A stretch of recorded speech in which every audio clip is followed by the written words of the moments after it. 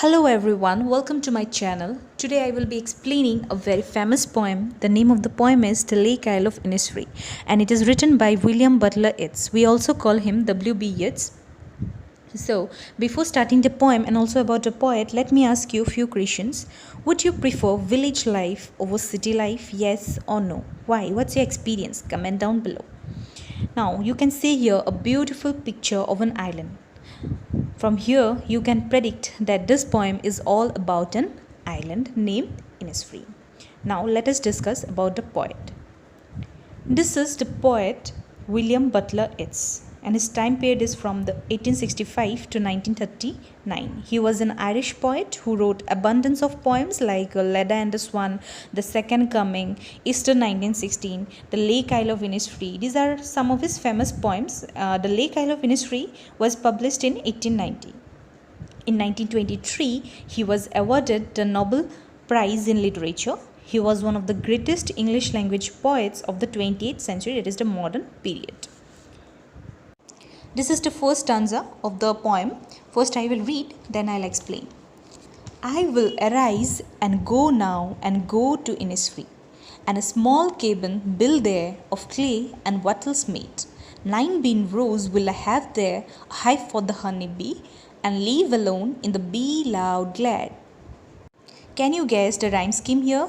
Yes, it is AB, AB. As you can see, the first and the third lines are rhyming with each other.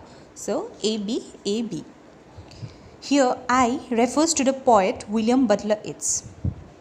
He will arise, he will stand up and go to where he wants to go to Innisfree.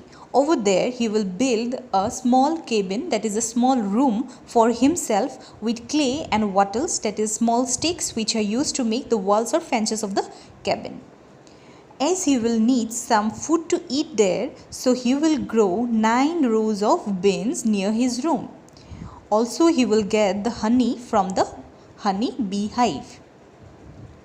He says that the open space where he will build his room will be full of buzzing sound of the bees. As you can see here, bee loud glad. Bee loud means buzzing sound of the bees. Glad means that open space. As you will live all alone in peace and tranquility there. Now the second stanza. And I shall have some peace there, for peace comes dropping slow, dropping from the vales of the morning to where the cricket sings, their midnights all a glimmer, and noon a purple glow, and evening full of linnets' wings. In this stanza, the poet says that when he will be in Innisfree, he will feel peaceful, and says that the feeling of peace will be felt slowly and gradually, that is dropping slow. He then describes how he would feel peaceful in the morning time when it is cloudy and the view is not very clear. That is from the vales of the morning.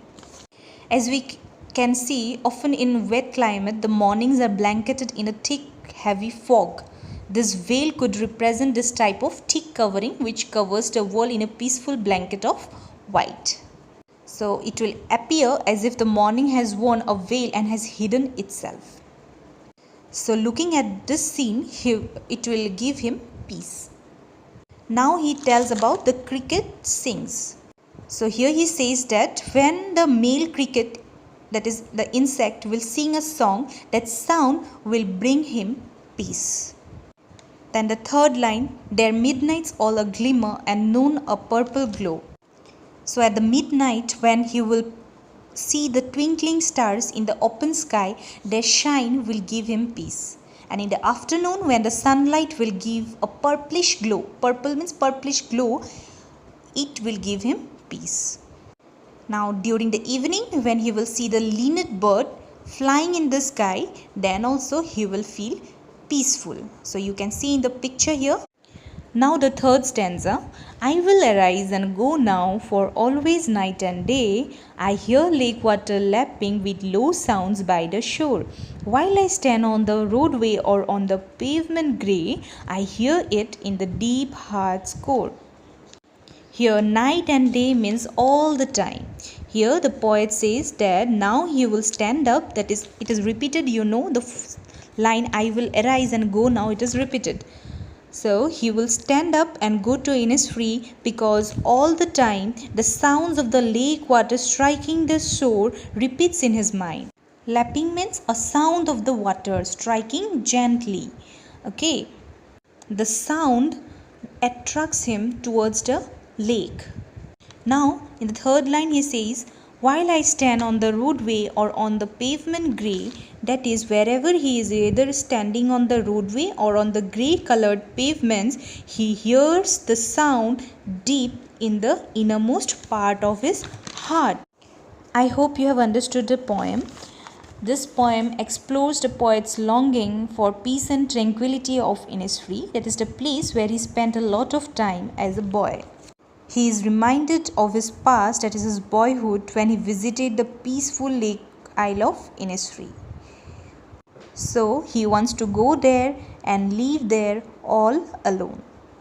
So to watch more such educational videos, please don't forget to subscribe to my channel.